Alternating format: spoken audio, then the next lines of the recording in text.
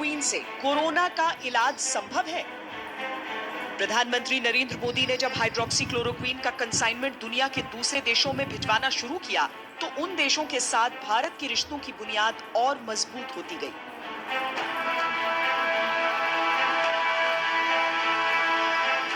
लेकिन आखिर इस दवा की डिमांड अचानक पूरी दुनिया में क्यों बढ़ी? क्या हाइड्रोक्सी क्लोरोक्वीन खत्म कर सकता है कोरोना वायरस को? चलिए हम आपको पूरी जानकारी देते हैं।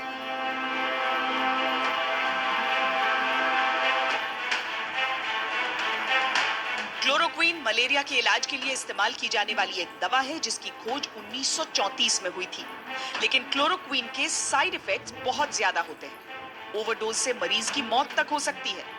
इस वजह से जरूरत पड़ी क्लोरोक्वीन का एक रिड्यूस्ड कंपाउंड बनाने की। आम भाषा में कहें तो ऐसी दवा जिसके साइड इफेक्ट्स कम हो। वैज्ञानिकों ने उसको नाम दिया hydroxy chloroquine. Hydroxy chloroquine malaria से लड़ने में बेहद कारगर मानी जाती है। विश्व के जाने माने जर्नल nature.com के अनुसार हाइड्रोक्सी क्लोरोक्वीन टेस्ट ट्यूब में कोविड-19 संक्रमण को रोकने में कामयाब हो रही है। अमेरिकी राष्ट्रपति डोनाल्ड ट्रंप ने फ्रांस में 36 लोगों पर हुए एक छोटे क्लिनिकल ट्रायल के आधार पर दवा पर भरोसा जता दिया। हालांकि फ्रांस के उस टेस्ट पर फूड एंड ड्रग एडमिनिस्ट्रेशन के अलावा दुनिया के कई वैज्ञानिक राजी नहीं हुए, क्योंकि उसको नो कंट्रोल सिचुएशन में किया गया था। लेकिन अमेरिका के न्यूयॉर्क में 1500 लोगों पर दवा का टेस्ट कर दिया गया। हालांकि साथ ही हम आपको बता दें कि हाइड्रोक्सी क्लोरोक्वीन को लेकर चीन भी बहुत आश्वस्त नहीं है।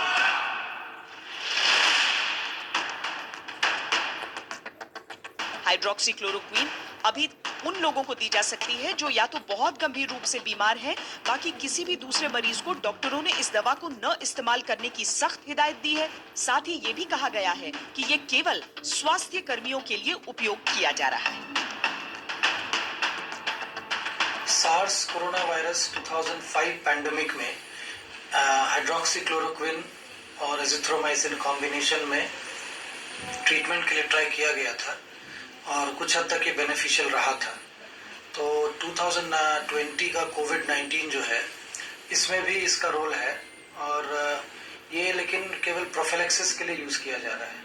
ये वायरस के रिसेप्टर सेल्स पे काम करता है और वहाँ पे उसको इनहिबिट करता है और ग्रोथ रिटार्ड करता है।